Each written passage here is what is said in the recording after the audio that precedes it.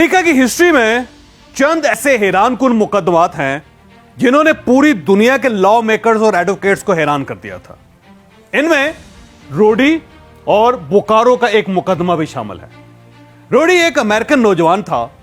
वो घर से अचानक गायब हो गया। बादशाह उसके खून आलूद कपड़े उसके दोस्त बोकारो के घर से मिले।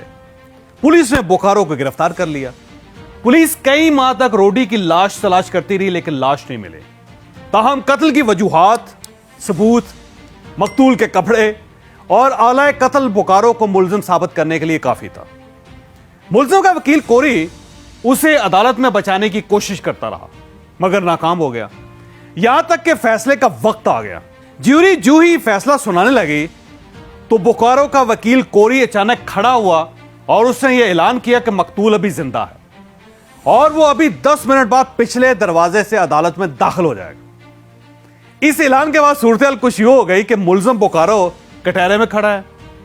उसकी पुष्ट पर अदालत का पिछला दरवाजा है और जज और ज्यूरी के अरकान दरवाजे पर नजरें गाड़ कर बैठे हैं। 10 मिनट पूरे हो जाते हैं लेकिन मकतूल अदालत में नहीं आता। इस पर ज्यूरी वकील की तरफ देखती है।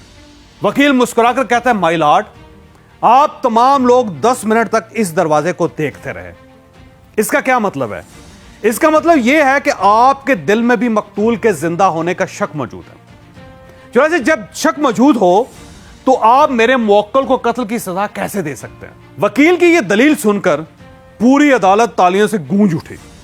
ज्यूरी 10 मिनट के लिए रिटायरिंग रूम में चली गई।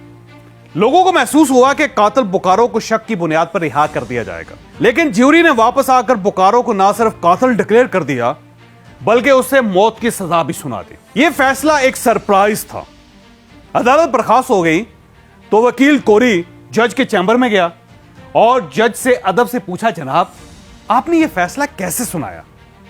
जज ने कहका लगाया और बोला, जब तुमने यह ऐलान किया था कि कातिल 10 मिनट में इस दरवाजे से अंदर दाखिल हो जाएगा तो अदालत में मौजूद तमाम लोग 10 मिनट तक दरवाजे की तरफ देखते रहे थे, लेकिन कातिल बोकारो वही शख्स था जिसने एक बार भी दरवाजे की तरफ मुड़कर नहीं देखा। क्यों?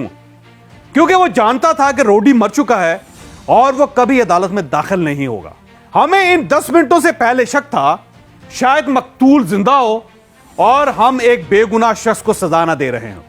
चौथी, हमने इसे हल्की सजा देने का फैसला किया था, लेकिन जब उसने एक बार भी मुड़कर दरवाजे की तरफ नहीं देखा तो हम क्लियर हो गए कि कातिल यही है, लिहाजा हमने इसे सजाए मौत दे दी। यह कानून और इंसाफ का एक दिलचस्प वाकया है।